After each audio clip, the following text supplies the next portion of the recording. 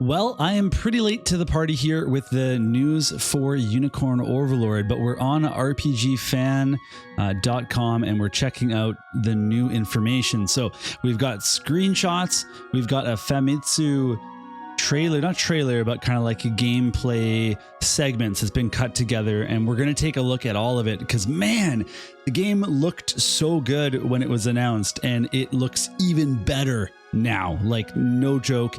Everything about it looks better than what I already was anticipating. So let's just get right into it. Okay, so we've got the video here, and I'm going to put it on mute so we don't have, volume issues. But I do want to mention right off the bat, music, excellent so far. Very, very, very good. So there's a little bit of a setup here.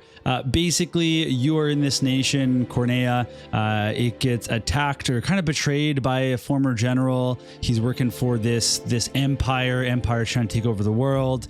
You're the prince of this nation, and you kind of start a liberation army, or you're part of it. And your mentor, Joseph, is going to be someone that you work with quite closely, and a lot of the other people from your nation before you start recruiting other people. So here, right now, what are we looking at? This is an exploration phase. So really the whole thing is just exploring the map around the area that you're, you're questing in, or not really questing in, but you're in this area for the campaign. And so there's a little event, so you can send this guy up into the tower. He can go up there and find something. We can see in the background there's some flashing coast there that you could go check out. And during this phase you might run into enemies, but it looks like, at least from this, that you don't necessarily actually see the fight. But don't worry, there's fighting is coming. So this is your exploration phase. It's really cool to see this, just to have a little bit of extra stuff to do, and because this is also where you take on extra quests, like side quests. For example, right here is a quest to possibly recruit a pretty cool character, and what ends up happening here is it goes from this overworld view into the very, very cool side scrolling. And this is what they use for the combat, but also for story, and this is all voice acted here, which is great to see. There's Elaine, the prince, and then Joseph, his mentor, and then flying in from above is our winged, let's call her goddess here.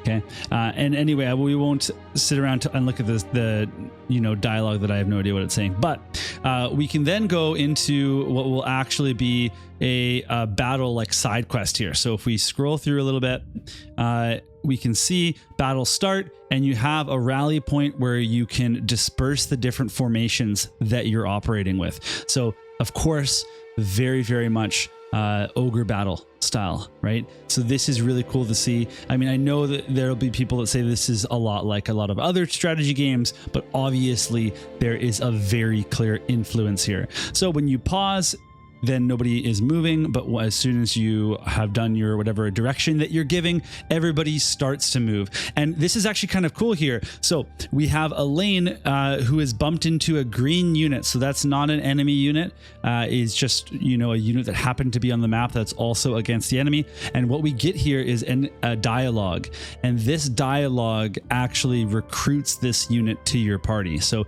you're able to get this archer, and then once we get into battle here, you'll see that now he's a blue unit. He's part of your formation. You can give him directions. And here, just the classic little at the bottom, little preview screen of what's going to happen. So we have our little formations on the right and on the left. We have a little damage estimator. So the blue team's going to take 6 damage, but going to deal a whopping 62 damage and is going to wipe out this unit. They're not going to survive. So let's see what actually happens here when we get into the fight, because man, this animation is so good. Like, oh, you're watching an anime, but it's a little bit like smoother and crisper in terms of, because they're very like specific motions. Obviously it's not all like personalized animation, but man, everything looks so good. The voice acting and the music when you get into battle, all very very great. Little victory celebrations as well. And so this is what we're working with here. It looks awesome. Lots of different menu options, lots of different objectives to go for. There's a garrison that we can take along the way there that has kind of like a captain unit in it. Oh, okay. So a lot of variety of units here. the mounted. We've got our knight with the shield can protect, and what we can see later on if we scroll forward here, okay, so this is kind of like a little bit of a story battle. So obviously the guy that they're fighting here is someone important because he's not actually going to die. Sweet dodge there, but then he's just gonna get pegged with a few arrows. You know, no big deal. He's not going to die. He's going to look a little bit frustrated, and boom, he runs away. But that was the leader unit for this map. So the stage is now over and we've won. That's that. So otherwise in this video, we have some more clips of story. So they've actually captured that guy. There's more clips of battle and what that might look like. And I encourage you to go look at this on your own. I will of course post the link to this because there's just so much good stuff to see. And then at the very end there is a little bit of preview of, well, hey, you know, at our encampment, we can go and get some food. And even this is drawn so nice. Oh, it's beautiful. I'm getting hungry looking at this. Okay, so now we're back on the website and there is other news that has been announced. There's lots of different characters. So we can see, oh, and it's the Zenorian Empire. They're the bad guys. But there's going to be over 60 characters that you can actually recruit. So let's look at some of the options here. So maybe I should zoom in just a little bit if I can. Is it going to let me do it? There we go. Okay, so first up, we've got Chloe. Chloe is the daughter of a friend of Joseph. So your mentor's friend's daughter. Okay, great. Cool. She's a friend. We've got Clive, very cool spearman. He is a member of the Knights of your kingdom. Of course, they're not a kingdom anymore because they've been you know, conquered, but you're part of the Liberation Army. But here's the guy that we saw, Roderick, that was in the battle with us. And so former knight, of course, trusted by the queen, your mother, and he was part of her personal guard. I guess he didn't do that good a job then, but either way, he's fighting with you now. And then we have Melisandre, who's looking pretty spicy. And so she is the head of House Melier, a distinguished Cornian clan. Now, of course, her kingdom's now gone. She's lost her parents, her older brother, to illness. That's pretty tough. And she was raised and trained by her aunt and uncle as the heir to the Melier family. We've also got Travis, who we did see in the battle as well. So he is a spy that works for the Cornian Liberation Army, and he's been in this clandestine line of work for years. But when the Liberation Army is formed, he joins them under the main character's command to help liberate the country and get back to its former glory.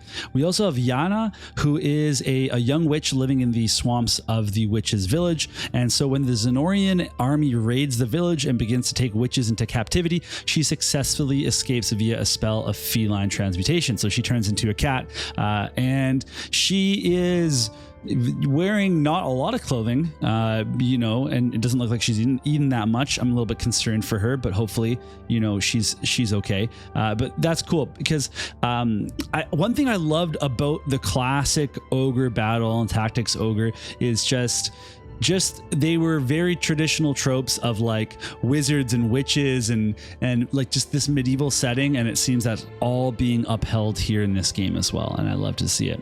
We also have a lot more screenshots, and we won't take a look at all of these, but we will go ahead and I'm gonna look at a few that are actually look kind of interesting. So for example, we got this one, big spear thrust, looking pretty good. That's awesome. So what we're doing is we're just gonna scroll through some of these. So this is the like some gathering that was happening on the kind of like the questing map. We also have a little battle screenshot here. We've got I mean, I've already forgotten her name, but she's fighting here against our prince. So I wonder if this is part of recruiting her. But she's got a pretty cool sword there. This is a kind of like a stat screen that we have, and I'm wondering if yeah, there we go. Okay, I was too scrolled in there. But basically, we have a lot of different information here. So there's all on the left, we have all the actual like character portrait kind of information, and then on the right, there's all the stats that you like to see. So our physical attack and defense, our magic attack and defense, our accuracy, evasion, crit rate, guard rate, and initiative. There's also some things down to the bottom right right? Including gold, honors, and renown. So there's a lot of important stuff that you have to consider for this game. The characters also had growth types. This is the food that we were seeing earlier. So apparently when you're buying food, you have to consider not just the price, but how many people can actually sit down for this dish and what that is going to build in what seems to be a relationship system. Then we have some information from an actual town here, and it seems that this town has a bunch of different options. So we already saw the provisioner, which is where you go get your food, but then there's an armorer. Obviously that's pretty self-explanatory, but the tavern, maybe we'll get quests, but deliveries seem to be just really simple, kind of like expeditions, or like fetch items and deliver and get rewards, which all seems pretty straightforward. There's also other types of deliveries that we can see here. And there was also on there, I just skipped over it, but there was a board a ship and dispatch a guard. So I guess if you're stopping by, I don't think that's in battle, but it's just something I'm very curious about, that if you need to leave guards at cities or not, and kind of how that works. But either way, we can see there's an item shop, which looks good. You can buy smoked nuts there. Heck yeah. And then other than that, this is actually the main website that I've just skipped over to, where there is even more information since I last made a video on it. Now, I don't think I'm going to go through the whole main website today, because this is already dragging on longer than I wanted to, and I want to keep these videos nice and tight for you all. So I think I might cover all the new information on the new website another time.